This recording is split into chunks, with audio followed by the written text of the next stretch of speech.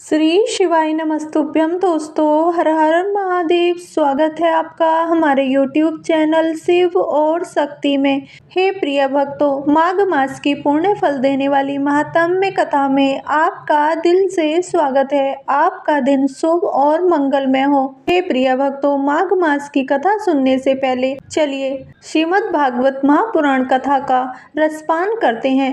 ओम नमो नारायणाय। सोनक जी ने कहा, अश्वत्थामा ने जो अत्यंत तेजस्वी ब्रह्मास्त्र चलाया था उससे उत्तरा का गर्भ नष्ट हो गया था, परंतु भगवान ने उसे पुनः जीवित कर दिया। उस गर्भ से पैदा हुए महाज्ञानी महात्मा परीक्षित के, जिन्हें सुखदेव जी ने ज्ञानोपदेश दिया था, जन्म कर्म मृत्यु और उसके बाद जो गति उन्हें प्राप्त हुई, वह सब यदि आप ठीक समझे तो कहें। हम लोग बड़ी श्रद्धा के साथ सुनना चाहते हैं। सूत जी ने कहा, धर्मराज युधिष्ठिर अपनी प्रजा को प्रश्न रखते हुए पिता के समान उसका पालन करने लगे। भगवान श्री कृष्ण के चरण कमलों के सेवन से वे समस्त भोगों से निष्प्रय हो गए थे। सोनकादि ऋषियों, उनके पास अतुल संपत्ति थी। उन्होंने बड़े बड़े यज्ञ किए थे तथा उनके फलस्वरूप श्रेष्ठ लोकों का अधिकार प्राप्त किया था। उनकी रानियां और भाई अनुकूल थे। सारी पृथ्वी उनकी थी। वे जम्बू द्वीप के स्वामी थे और उनकी कीर्ति स्वर्ग तक फैली हुई थी। उनके पास भोग की ऐसी सामग्री थी जिसके लिए देवता लोग भी लालायित रहते हैं, परंतु जैसे भूखे मनुष्य को भोजन के अतिरिक्त दूसरे पदार्थ नहीं सुहाते, वैसे ही उन्हें भगवान के सिवा दूसरी कोई वस्तु सुख नहीं देती थी। सोनक जी, उत्तरा के गर्भ में स्थित वह वीर शिशु परीक्षित जब अश्वत्थामा के ब्रह्मास्त्र के तेज से जलने लगा, तब उसने देखा कि उसकी आंखों के सामने एक ज्योतिर्मय पुरुष है। वह देखने में तो अंगूठे भर का है, परंतु उसका स्वरूप बहुत ही निर्मल है। अत्यंत सुंदर श्याम शरीर है। बिजली के समान चमकता हुआ पीतांबर धारण किए हुए है। सिर पर सोने का मुकुट झिलमिला रहा है। उस निर्विकार पुरुष के बड़ी ही सुंदर लंबी लंबी 4 भुजाएं हैं। कानों में तपाए हुए स्वर्ण के सुंदर कुंडल हैं। आंखों में लालिमा है। हाथ में लुके के समान जलती हुई गदा लेकर उसे बार बार घुमाता जा रहा है और स्वयं शिशु के चारों ओर घूम रहा है। जैसे सूर्य अपनी किरणों से कोहरे को भगा देते हैं, वैसे ही वह उस गदा के द्वारा ब्रह्मास्त्र के तेज को शांत करता जा रहा था। उस पुरुष को अपने समीप देखकर वह गर्भस्थ शिशु सोचने लगा कि यह कौन है। इस प्रकार उस 10 मास के गर्भस्थ शिशु के सामने ही धर्म रक्षक अप्रमेय भगवान श्री कृष्ण ब्रह्मास्त्र के तेज को शांत करके वहीं अंतर्ध्यान हो गए। तदंतर अनुकूल ग्रहों के उदय से युक्त समस्त सद्गुणों को विकसित करने वाले शुभ समय में पांडु के वंशधर परीक्षित का जन्म हुआ। जन्म के समय ही वह बालक इतना तेजस्वी दिख पड़ता था, मानो स्वयं पांडु ने ही फिर से जन्म लिया हो। पौत्र के जन्म की बात सुनकर राजा युधिष्ठिर मन में बहुत प्रसन्न हुए। उन्होंने धौम्य, कृपाचार्य आदि ब्राह्मणों से मग्नवाचन और जात कर्म संस्कार करवाए। महाराज युधिष्ठिर दान के योग्य समय को जानते थे। उन्होंने प्रजा तीर्थ नामक काल में अर्थात नाल काटने के पहले ही ब्राह्मणों को सुवर्ण गोएं, पृथ्वी, गांव, उत्तम जाति के हाथी घोड़े और उत्तम अन्न का दान दिया। ब्राह्मणों ने संतुष्ट होकर अत्यंत विनयी युधिष्ठिर से कहा, पुरुवंश शिरोमणे, काल की दुर्निवार गति से यह पवित्र पुरुवंश निकट ही चाहता था, परंतु तुम लोगों पर कृपा करने के लिए भगवान विष्णु ने यह बालक देकर इसकी रक्षा कर दी, इसलिए इसका नाम विष्णुरात होगा। निसंदेह यह बालक संसार में बड़ा यशस्वी, भगवान का परम भक्त और महापुरुष होगा। युधिष्ठिर ने कहा, महात्माओं, यह बालक क्या अपने उज्जवल यश से हमारे वंश के पवित्र कीर्ति महात्मा राजऋषियों का अनुसरण करेगा। ब्राह्मणों ने कहा, धर्मराज, यह मनुपुत्र इक्ष्वाकु के समान अपनी प्रजा का पालन करेगा तथा दशरथ नंदन भगवान श्री राम के समान ब्राह्मण भक्त और सत्य प्रतिज्ञ होगा। यह उसी नरेश शिवी के समान दाता और शरणागत वत्सल होगा तथा याज्ञिकों में दुष्यंत के पुत्र भरत के समान अपने वंश का यश फैलाएगा। धनुर्धरों में यह सहस्त्रबाहु अर्जुन और अपने दादा पार्थ के समान अग्रगण्य होगा। यह अग्नि के समान दुर्धर्ष और समुद्र के समान दुस्तर होगा। यह सिंह के समान पराक्रमी, हिमाचल की तरह आश्रय लेने योग्य, पृथ्वी के सदृश तितिक्षु, माता पिता के समान सहनशील होगा। इसमें पितामह ब्रह्मा के समान समता रहेगी।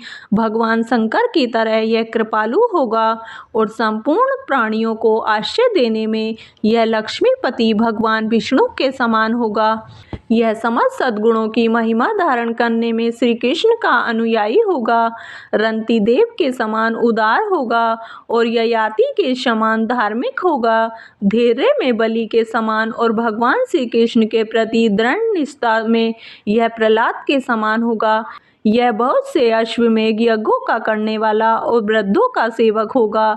इसके पुत्र राजश्री होंगे। मर्यादा का उल्लंघन करने वालों को यह दंड देगा।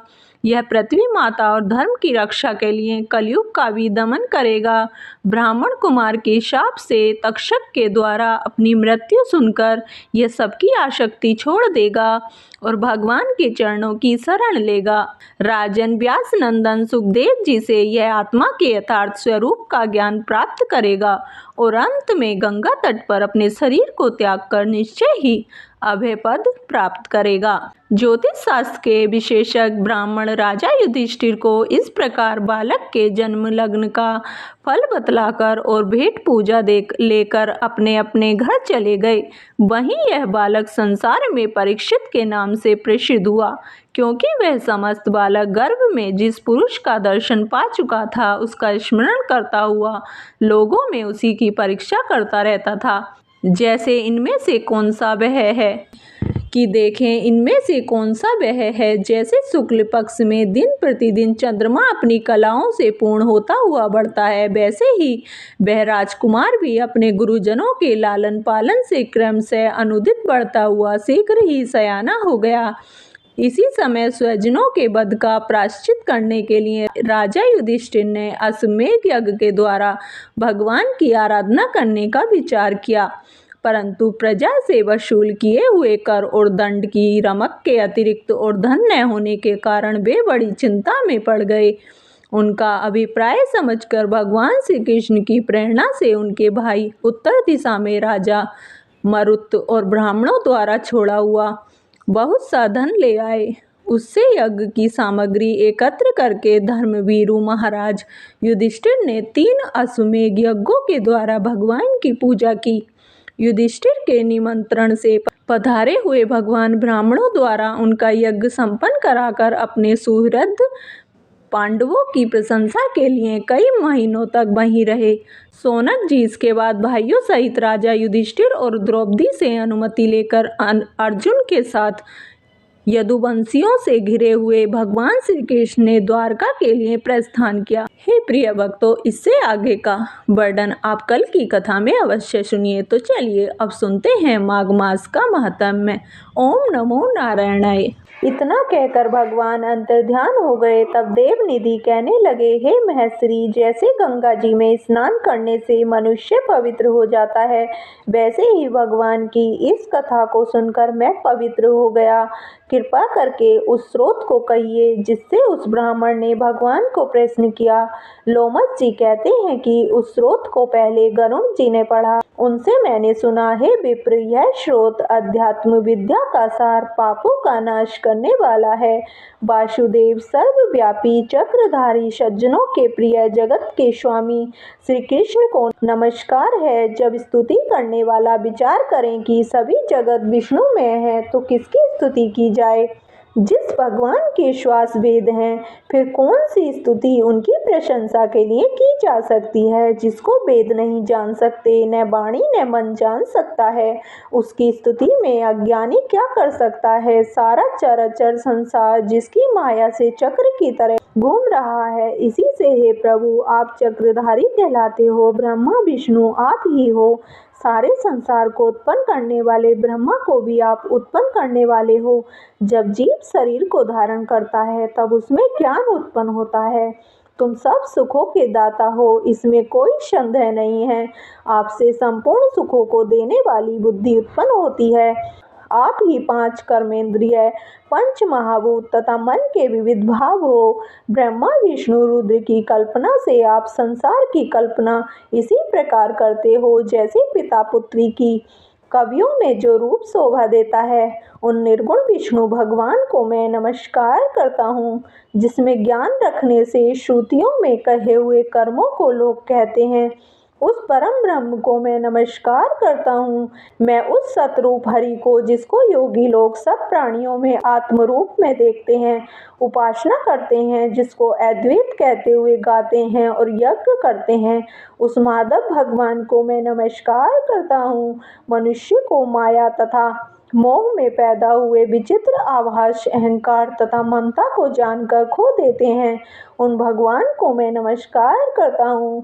संसार में मनुष्यों को मोहरूपी वायु से सदा भभकने वाली ज्वाला आपके चरण कमल की छाया पहुँचने से नहीं जलाती, जिसके स्मरण मात्र से मोह अज्ञान रोग दुख दूर हो जाते हैं, उस अनंत रूप को नमस्कार करता हूँ। जिसमें मिल जाने पर और किसी दूसरे की इच्छा नहीं रहती, जिसको जानवर अद्वैतवादी आत्मा को देखते हैं। यदि विष्णु शब्द का अर्थ और उसके विषय के ज्ञान एक ही होता, तो इस सत्य से हे माधव इस संसार की माया में फंसकर तेरे ही ध्यान में रत रहता।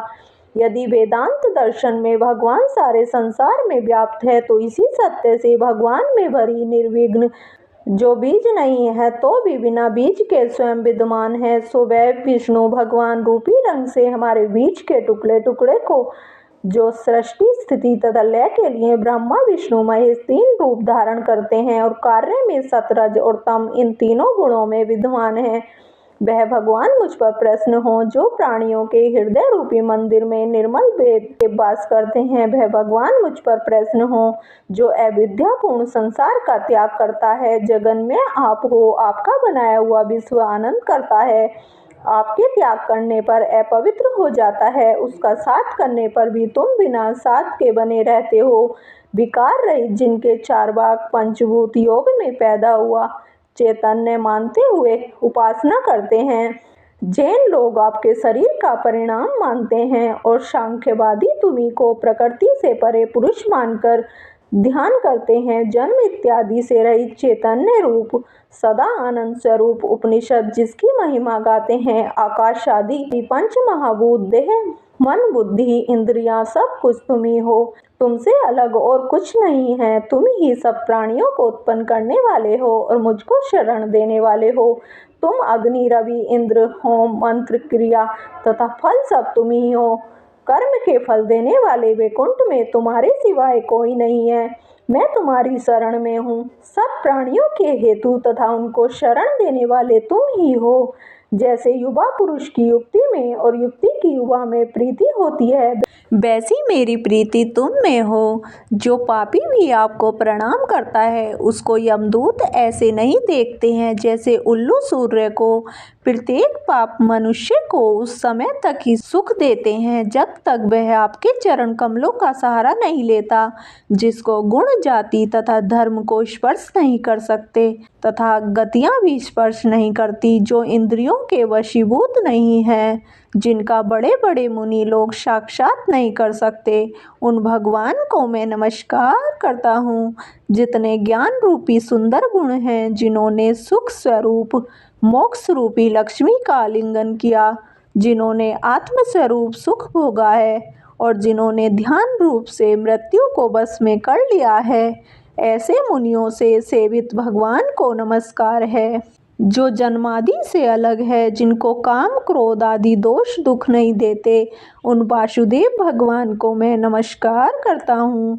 जिनके ज्ञान की गति से अविद्या रूपी मल शुद्ध हो जाता है, जिनके ज्ञान रूपी शस्त्र से संसार रूप शत्रु का नाश हो जाता है, उन दुखों के नाश करने वाले को मैं नमस्कार करता हूँ।